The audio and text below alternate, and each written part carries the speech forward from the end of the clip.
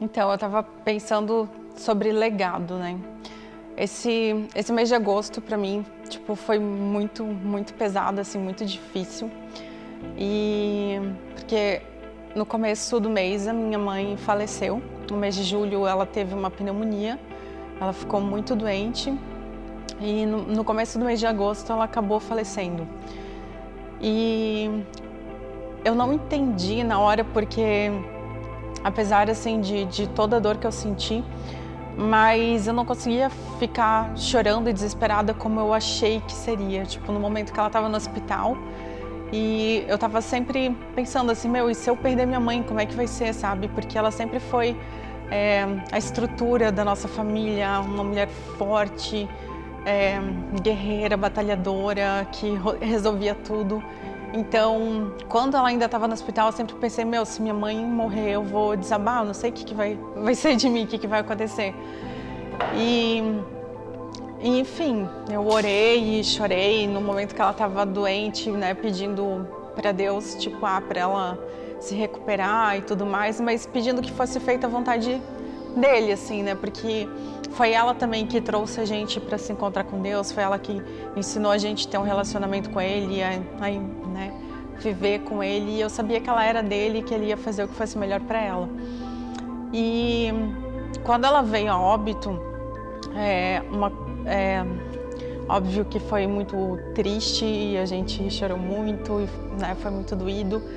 Mas quando a gente estava na cerimônia de cremação dela, foi passado um vídeo com muitas fotos, né, de lugares que ela foi, de pessoas que ela tocou, de obras que ela fez, né, porque ela era missionária, então ela estava sempre no campo, sempre vivendo pelas pessoas, sempre preocupada com os outros, né, e tentando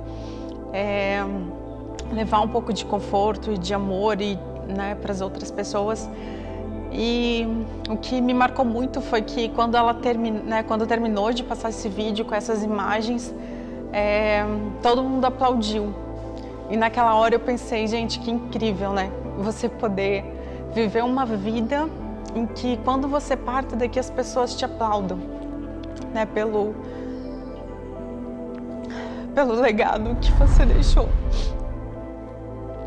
E isso me fez pensar muito, sabe? Porque eu sempre falei, eu entendo que é muito importante a gente ter um propósito na nossa vida, mas mais importante do que o nosso propósito, que ele pode mudar a partir do momento, né, que a gente vai mudando, a gente vai tendo novas perspectivas, novos sonhos, a gente pode mudar o nosso propósito, mas o que é mais importante do que o nosso propósito é o legado que a gente deixa, né, das vidas que a gente toca e daquilo que a gente viveu, assim.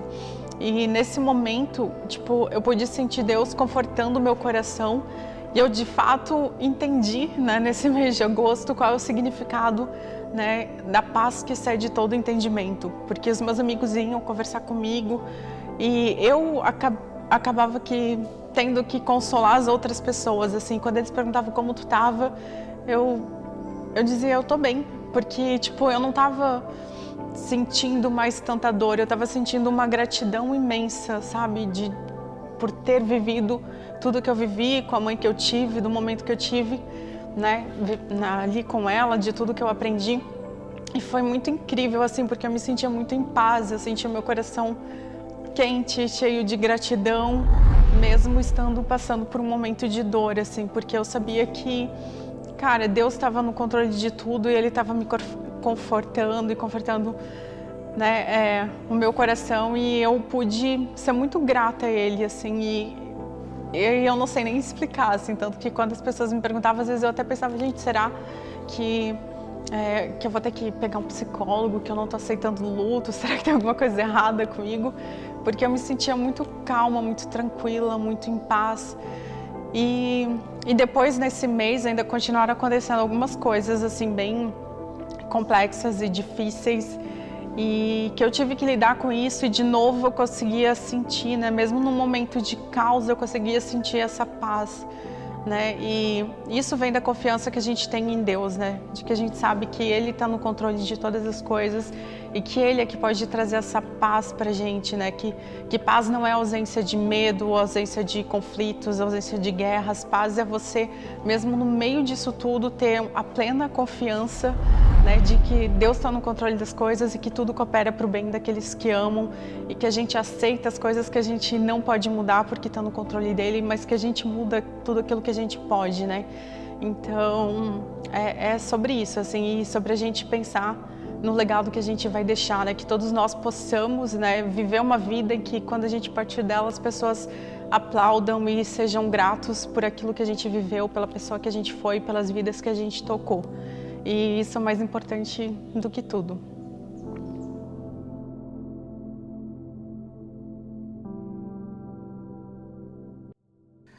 E aí, Pixel? Gente, estamos voltando essa semana para os LEDs e Exatamente. A gente quis fazer uma sessão comemorativa para todo mundo lembrar de LED. E não tinha tema melhor para a gente conversar. E vocês vão participar aqui, vocês vão participar daí. Pode colocar perguntas embaixo, pode ver tudo que você estiver falando, é numa outra dinâmica hoje. Lembra dos últimos domingos que a gente falou sobre storytellers? O último foi a narrativa. E o anterior? E se? Não foi? O roteiro. Isso, o roteiro. Exatamente. Então, quando a gente está falando sobre contar história, sobre escrever história, o roteiro posiciona a história em tempo e espaço, onde que ela acontece. A narrativa, ela é o porquê que a história está sendo contada, que cada um tem uma narrativa, não existe história que não tem narrativa, história é neutra, né? Normalmente tem algum mentiroso por trás falando que uma história é neutra, né? Ela sempre tem alguma narrativa. E esse daqui que eu amo falar sobre isso aqui, acho que de todos esses temas é o que eu mais gosto, sobre linguagem. Porque se o roteiro ele coloca em tempo e espaço, a narrativa coloca a intenção da mensagem, a linguagem sempre fala sobre com quem estamos falando. Então, a linguagem que eu escolho, ela comunica com o boomer, ela comunica com o Gen Z, ela comunica com o cringe, ela comunica com... as pessoas, elas identificam automaticamente se aquela mensagem é para elas ou não. Sempre.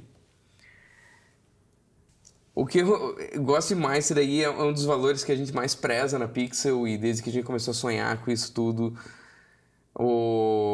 a linguagem que a gente faz é muito intencional.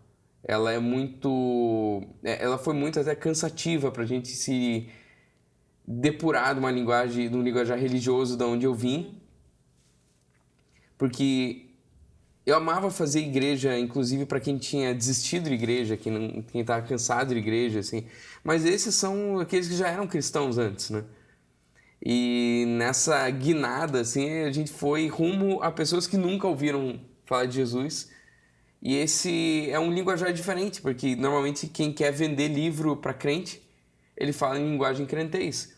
Então, quem fala no evangeliquez, ele está se comunicando, lógico que com sua própria igreja, mas normalmente está se comunicando com crentes de outras igrejas. O que eu não sei se é o melhor público-alvo para fazer, tipo, é uma coisa que tem para onde crescer, né? Na verdade, você pode fortalecer, você pode aumentar a comunhão, você pode trazer uma mensagem para nível nacional, tem algumas coisas assim. Mas normalmente isso vai distanciando o mundo cristão do resto do mundo, e é nisso que a gente se questiona bastante. Na verdade, o poder da linguagem define quem é a audiência. Isso eu acho legal quem que está ouvindo a gente, você tá daqui de Blumenau, escreve aí, fala do teu background, seja muito bem-vindo, não esquece de mandar um aviãozinho para alguém que é importante para você e comunicar, não deixe de convidar essas pessoas que estão de fora. Então, o público religioso ele já é adepto do cristianismo. Tipo, a igreja tem disso aí, tem que comunicar com o evangélico. Mas quando a gente faz uma igreja onde ela, desde o zero, ela já tem uma linguagem diferente, a gente fala com outra linguagem, mas a gente está falando para a nossa igreja local e está falando para o mundo fora. Por causa da maneira que a gente resolveu estruturar essa linguagem toda. Quando a gente conversa dentro, é engraçado que quando você não fala o jargão, o outro religioso ele acha que a gente prega coisas diferentes das dele. Mas não é que a gente prega diferente, a gente não usa o jargão. Uma das coisas mais legais sobre linguagem que eu vejo, assim, a quantidade de sinônimos que a gente tem para uma palavra, ela refere à experiência que a gente tem com aquele assunto. Então, alguém que planta bastante coisa no jardim de casa, ela sabe a diferença da estação, a diferença do tipo de fruta, ela sabe falar um monte de coisa que eu não sei, porque eu sou um piá de prédio.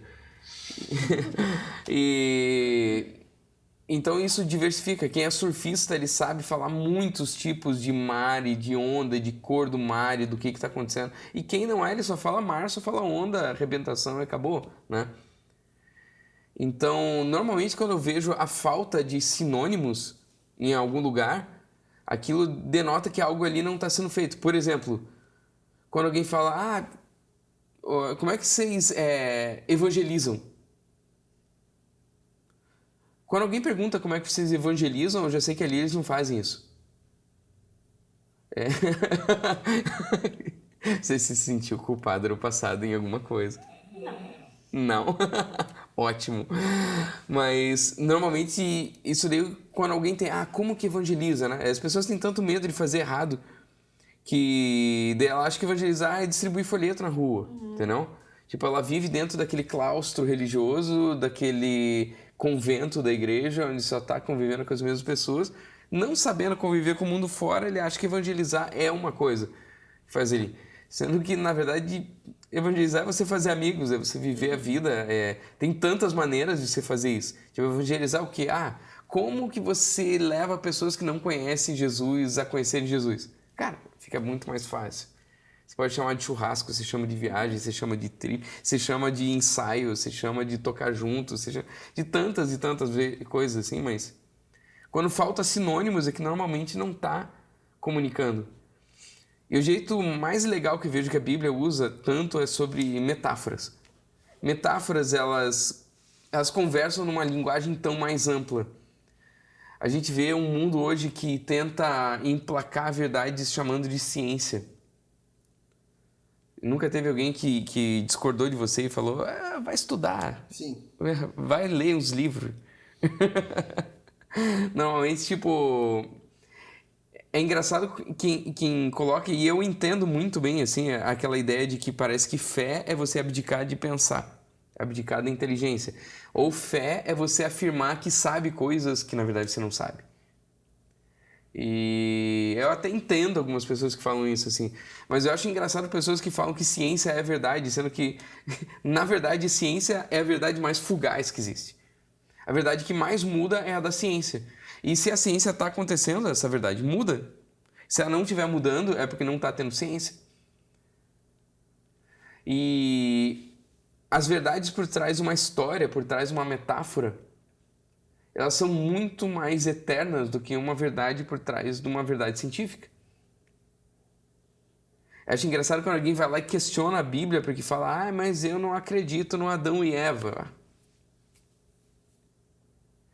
Cara, quem sabe eu também não acredite. Quem sabe eu enxergue de uma outra maneira. Eu não acredito no Noé. Não. Cara, tipo, quando você encara a Bíblia de uma maneira mais ampla e mais aberta, cara, tipo, quem disse que Noé era nesse planeta mesmo? Por que Noé não podia estar num outro planeta que a humanidade destruiu aquele planeta? E ele veio pra cá numa nave com um museu genético junto.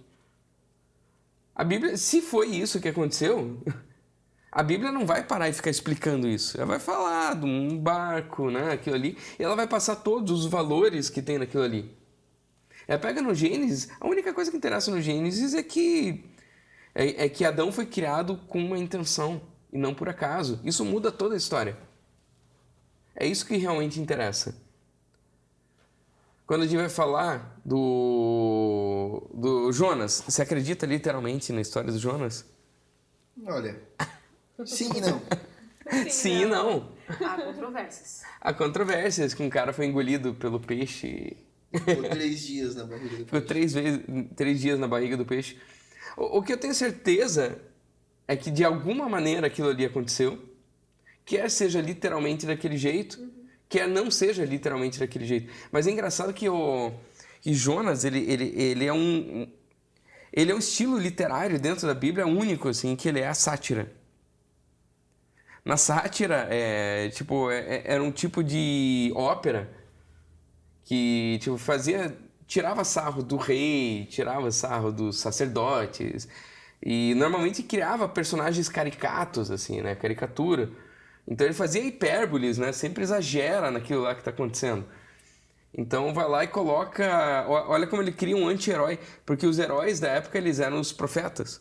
Eles eram os heróis, tipo, sempre estava lá. E daí eles vão lá e colocam um profeta ranzinza.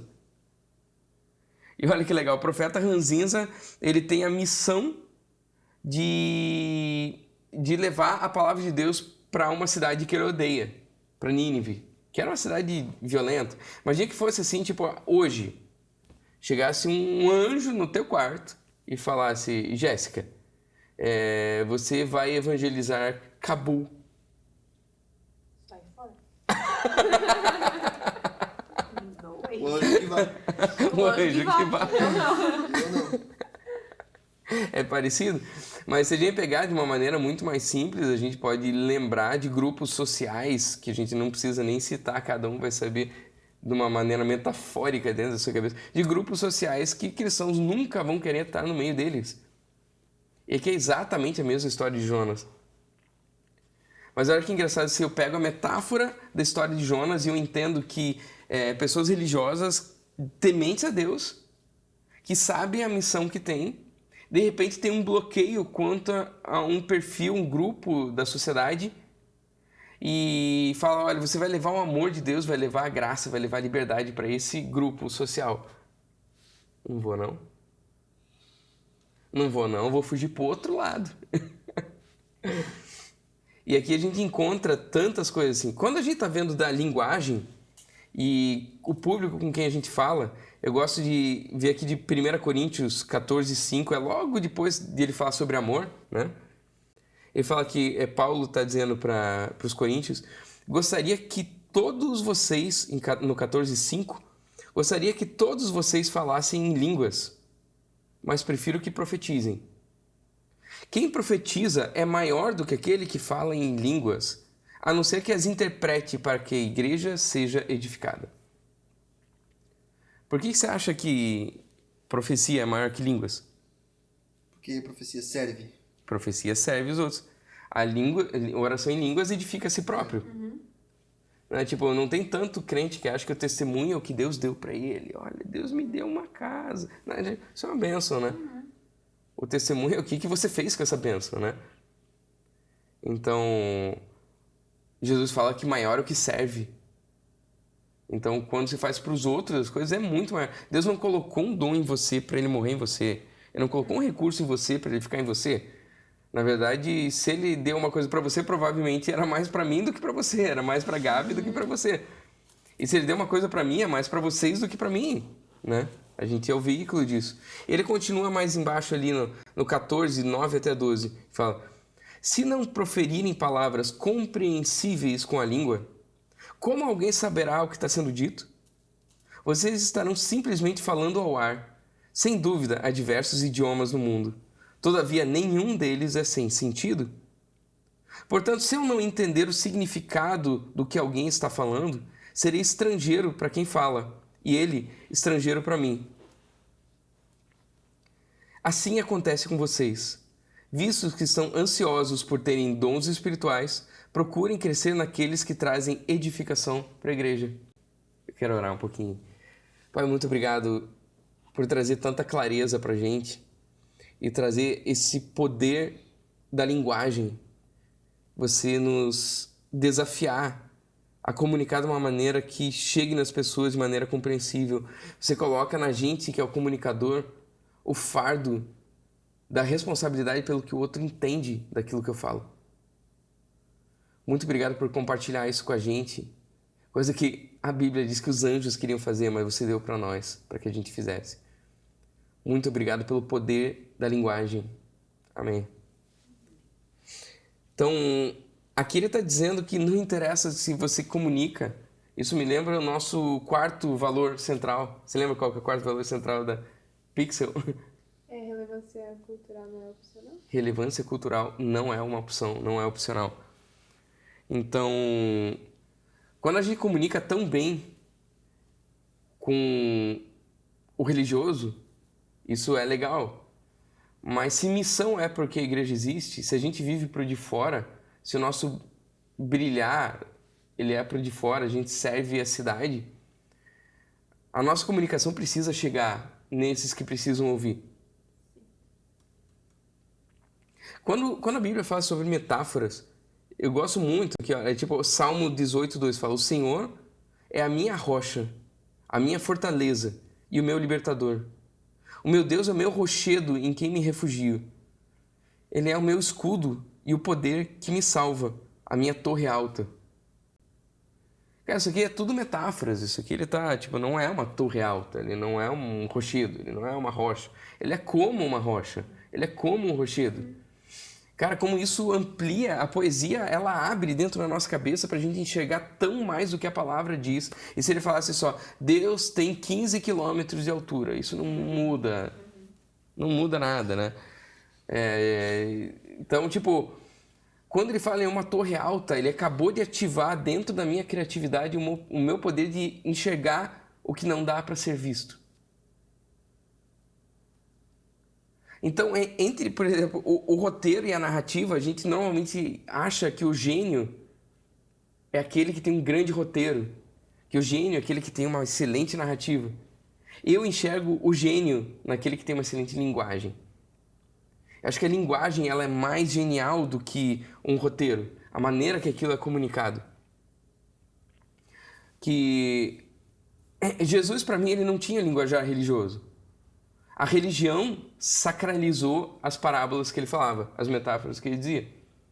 Se ele estava andando com os discípulos dele e de repente ele via uma fazenda, estavam passando por uma fazenda, ele olhava para a fazenda e falava: olha ali, os campos, eles estão brancos. Tipo, ele não estava dentro de uma cidade, sentado numa roda e falando: os campos estão brancos, né? Se ele estava com a mulher no poço, ele ia lá e falava sobre água. Mas ele não falava sobre água porque o símbolo da água. Não, é porque a água estava na frente dele. Ele estava falando sobre aquilo que estava ao redor. Sempre. Mas daí a gente lê o que escreveram sobre ele, sacraliza, tipo, a metáfora dele como, olha, a gente tem que falar agora sobre... Vai chegar para alguém e vai falar que, olha, o fruto, que esse galho não deu fruto, eu vou jogar ele no fogo. E, tipo... A gente tem que entender qual que é a mensagem por trás dessa mensagem. É isso que a metáfora fala. A metáfora abre a interpretação. Se eu vou ver sobre Jonas, uma coisa que eu acho muito importante dentro de Jonas é entender que aqueles que são representantes de Deus, às vezes, são justamente aqueles que barram a graça de chegar nas pessoas. Barram o amor de Deus de chegar nas pessoas. Tipo, aquele cara que estava encarregado de fazer aquilo, ele não queria. Deus obrigou ele a fazer? Cara, de certa maneira, até quase que sim. Tipo, é um texto que ele mostra de Deus interferindo no livre-arbítrio. Tipo, ele manda o cara ir lá falar com Nínive de qualquer maneira. Então, quando a gente fala em metáforas, a gente fala com o coração das pessoas. A gente tem um roteiro, a gente tem uma narrativa da nossa história, mas a maneira com que a gente se comunica muda tudo. Então, a Bíblia, ela não pretende ser esse livro científico, né? A Bíblia, a ciência comunica com a gente de uma maneira superficial, e essas verdades são transitórias. A Bíblia comunica com a gente de maneira atemporal, com verdades eternas, verdades relacionais e não passageiras. As histórias são entendidas na alma, no espírito, e o coração processa mais que o cérebro. Quando a gente tenta conversar pelo cérebro, todo mundo tem certeza que tem razão sobre os assuntos, só que só falta você saber os fatos, né? Os dados científicos, daí você vai concordar comigo, porque eu sei a verdade e você não. Esse é o jeito contemporâneo de conversar um com o outro. E é óbvio que não funciona. É óbvio que não funciona. É óbvio que termina em briga. É óbvio que termina em discussão. É óbvio que sai cada um pro lado com a mesma verdade que ele tinha antes. E às vezes entre dois debatentes, a melhor coisa que tem... Um cara que está debatendo com o outro, ele sabe que ele não vai convencer o outro. Ele está tentando convencer o público. Tentando convencer a audiência que está olhando ali. E que na verdade, se você for olhar, se você estudar falácias, você aprende a dominar um debate de uma maneira maravilhosa. Se você estudar falácias e usar isso em teu favor, você vai saber desarmar um argumento do outro, usar o argumento dele contra ele próprio e soltar uma armadilha que você vai fazer o cara falar sobre isso e depois você corre para o outro lado. Vencer um debate não é um grande desafio para mim. E às vezes a audiência só quer ver quem que ganha o debate. Ah, calou a boca dele. Isso aí não muda nada. Então, as metáforas são um tipo de genialidade ao alcance de todos nós. Então, se você pega... você vai falar sobre Tesla. Tesla criou uma tecnologia maravilhosa para acender luzes, para energia elétrica, que era tipo com mínimo custo e o pessoal não queria energia de mínimo custo, eles queriam outra que tinha mais custo, né? Tipo, eles inventaram até a cadeira elétrica com o modelo de energia de Tesla para dizer que a energia de Tesla era perigosa. Mas o gênio é sempre aquele que faz aquilo que era impossível se tornar possível. É aquele que te faz enxergar aquilo que era impossível de alguém enxergar. Jesus, ele conseguia enxergar as coisas de uma perspectiva completamente diferente dos outros. E ele foi morto porque era um herege. Isso que causou a morte de Jesus. E Jesus, tipo, em tantas e tantas metáforas do que ele falou, algumas que eu mais gosto aqui é de Mateus 5,14, que ele diz: vocês são a luz do mundo. Não se pode esconder uma cidade construída sobre um monte. Você é uma cidade? Você é uma luz? O que é luz? Luz é algo que faz os outros enxergarem a verdade. Tipo, quando eu acendo a luz, você enxerga tudo que está acontecendo por si próprio. Mas essa é a origem da metáfora pixel. Tudo que a gente começou foi atrás dessa daqui. Eu sou a luz do mundo, um pixel ele pode iluminar um lugar. Um pixel sozinho ele ilumina, se for bom, tipo essa luz que está aqui, que cega a gente. Mas se Deus desde o começo criou a gente para ser imagem e semelhança, para ser imagem a gente precisa estar próximo. É para isso que servem os LEDs. LEDs é onde os pixels estão próximos uns dos outros. Eles formam imagem. Se eles estiverem mais distantes, ele também forma imagem, mas ela não é muito bem definida, ela é meio feia. Se os pixels não tiverem a sua cor original e única, ele passa a ter uma imagem sem contraste, uma imagem morta, uma imagem monótona, que é monotom, né? É o mesmo tom da cor. Então, e a vida cristã se torna monótona quando as pessoas não são elas mesmas. E no fim das contas, esse pixel ele se transmite até a imagem do teu celular, até a imagem da TV, até a imagem do computador, a tela. E quando a gente vai fazer a projeção na hora do culto, aquela projeção, ela mostra uma imagem. Todas essas coisas vêm da imagem que você é a luz do mundo. Então, quando a gente fala sobre Jesus e a gente leva essa luz para o mundo, a gente está levando a luz de que Jesus é. Ele começa falando, eu sou a luz do mundo. Depois ele mais tarde fala, vocês são a luz do mundo. E daí quando a gente leva essa luz para as outras pessoas, que é da liberdade, de trazer vista ao cego, a gente vê que, tipo, se alguém confessar, como Romanos 10:9, se você confessar com sua boca que Jesus é Senhor e crer em seu coração que Deus o ressuscitou dentre os mortos, você é salvo. Isso daqui ele fala de uma metáfora que o profeta Ezequiel falou no capítulo 36, 26 e 27. Darei a vocês um coração novo e porei um espírito novo em vocês. Tirarei de vocês um coração de pedra e lhes darei um coração de carne. Porei o meu espírito em vocês e os levarei a agirem segundo os meus decretos e obedecerem fielmente às minhas leis. Cara, tipo, ele não tira o meu coração, ele não faz um transplante. Tipo, Jesus mora no teu coração, mas ele não mora no teu coração. Sim.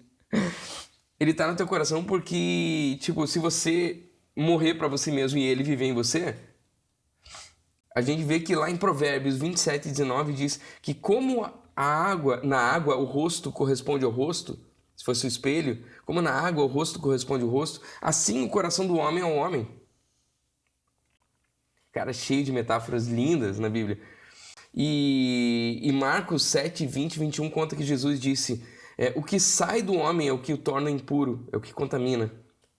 Pois do interior do coração dos homens vêm os maus pensamentos, as imoralidades sexuais, os roubos, os homicídios, os adultérios, as cobiças, as maldades, o engano, a devassidão, a inveja, a calúnia, a arrogância e a insensatez.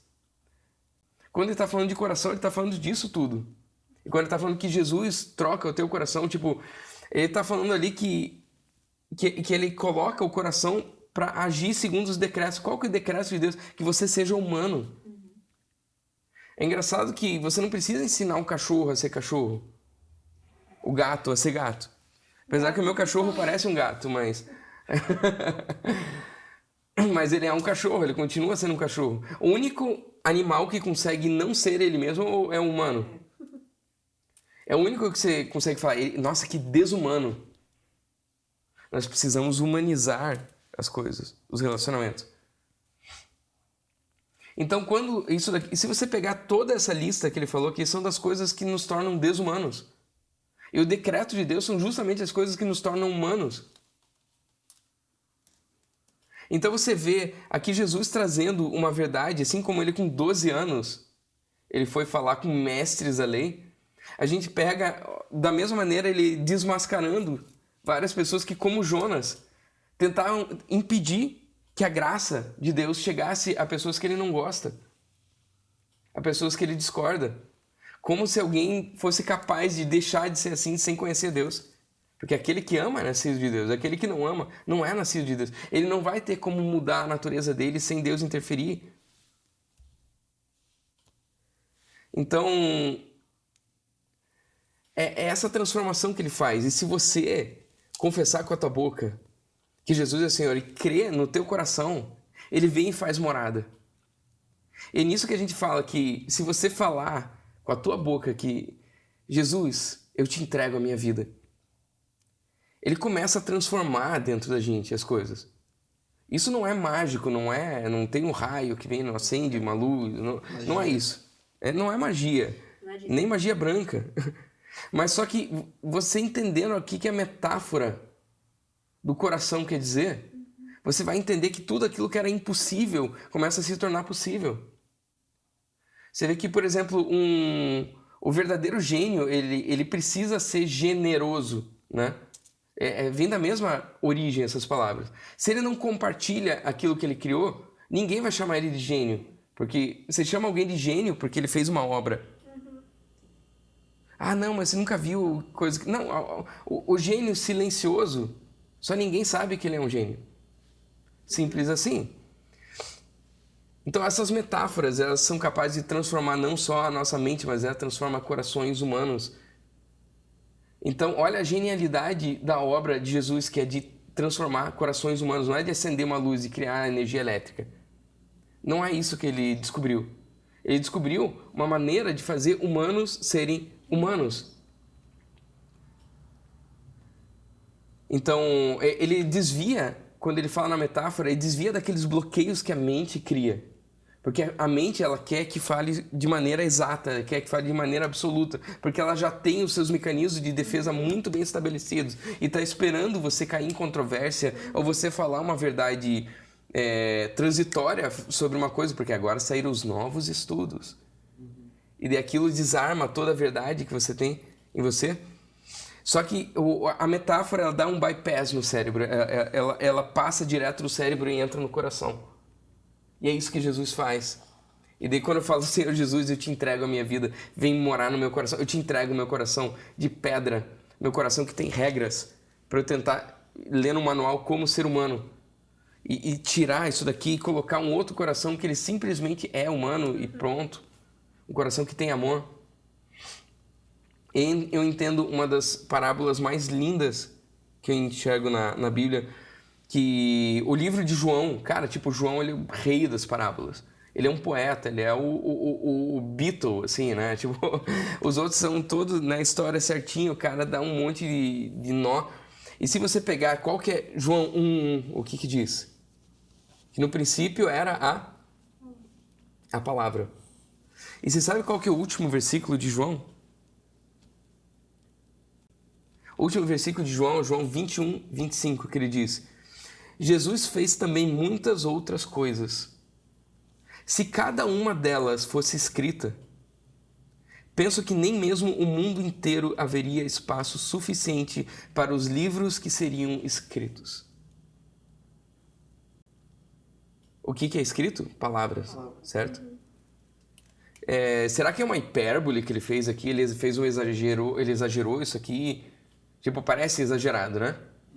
Hoje em dia nem adianta você escrever livro direito, porque é tudo digital. Só que acontece que a partir do momento que você fala, Senhor Jesus, eu te entrego minha vida, Ele entra no teu coração e com o tempo você vai entender que você não é mais você, mas você é Ele. Então, isso me traz uma metáfora linda, que Jesus é a palavra e você é o sinônimo. Muito bom. Muito bom. Porque é a mesma palavra. E se você somar a quantidade de coisas que as pessoas que seguem Ele já fizeram na humanidade, nem todos os livros da Terra são capazes de escrever o que você faz na tua geração, nós juntos, e não sozinho. Desculpa te falar, você não é a igreja. Você é Jesus. Nós somos a igreja. A igreja tem uma missão nisso. Então, isso que vai acontecer, eu quero orar por você que decidiu entender essa metáfora do coração, entender que o coração do homem tem esse problema, que Jesus oferece essa solução real, que Ele é o caminho, Ele é a verdade, Ele é a vida. Olha que engraçado, Ele é o caminho. E na Bíblia diz que no céu a rua é de ouro. Não, isso é outra metáfora. Ele é a rua de ouro. Esse é o valor daquilo que é aqui mesmo, naquilo que você não dá valor. E eu quero orar por você, falando assim, Pai querido, muito obrigado, porque você consegue fazer o impossível, que é fazer o nosso coração enxergar um mundo de paz, sendo que a gente nunca viu um mundo de paz. A gente enxerga um mundo de amor, sendo que o mundo nunca viveu o amor. A gente enxerga um mundo justo, quando nunca existiu justiça verdadeira nesse mundo. A gente enxerga pessoas com seus problemas, caídas nos seus erros. E a gente enxerga uma pessoa capaz de ser salva por você.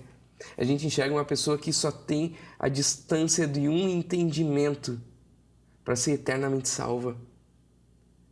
Obrigado porque a gente aprendeu com Jesus a não ser como Jonas,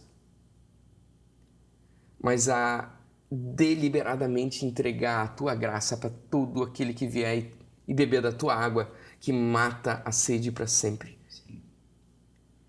Obrigado porque você é tão aparentemente exagerado e a gente não consegue imaginar o tamanho das tuas metáforas, o tamanho das tuas comparações, o tamanho dos valores que você enxerga quando olha para aqueles que são a cópia do teu filho. E é nesse que nós estamos nos tornando. Obrigado por tua paciência conosco e obrigado pelo tanto que você investe em cada um de nós. Amém? Amém. E daí? O que achou dessa palavra? Bug, né? Sempre. Cara, Pensando. eu não esperava o negócio do você final. é um sinônimo. Eu fiquei. O jogo. Eu pensei que eu tinha entendido o negócio inteiro antes dos spoilers. Mas não, me surpreendeu mesmo assim no final. Teve spoilers, mas não teve. Não teve. Exatamente. Galera, espero que você tenha assistido até o final, né? Tenha feito várias anotações pra gente discutir no LED aí. Que o teu durante a cérebro semana. tenha bugado igual o nosso. Sim, porque tem que bugar, senão não E venha desbugar nos LEDs. Isso aí. Exatamente. Então não esquece, entra lá no Church Center e veja os LEDs que estão disponíveis. Se você quer estar numa data que não tem lá, entre em contato com a gente. A gente quer ter todas as datas com LEDs para ter disponibilidade, para todo mundo que participe. Não adianta estar na igreja e não participar de LED. Não adianta, é ali que a gente forma a comunidade, é ali que a gente forja pessoas e a gente tem gente com as agendas mais diferentes e mais ocupadas. E você vai achar alguém com uma agenda tão ocupada quanto a tua e que vai ser capaz de ter o mesmo horário livre bizarro, né? Tipo, os LEDs das madrugadas vai ser muito legal quando tiverem esses daí. Não, e se a gente não tem esse relacionamento, acaba que se for só domingo, vira só tarefa, né? É só uma tarefa. E não vira construir histórias juntos, não gera vira vínculo, né? não gera realmente caminhar junto, né? Então, quando a gente tá junto, vocês vão escrever coisas que não vai ter livro no mundo Exatamente. para caber todas essas sinônimos. Sim. Valeu, galera. Tenha uma excelente semana. Aproveite os feriados. Valeu. Valeu.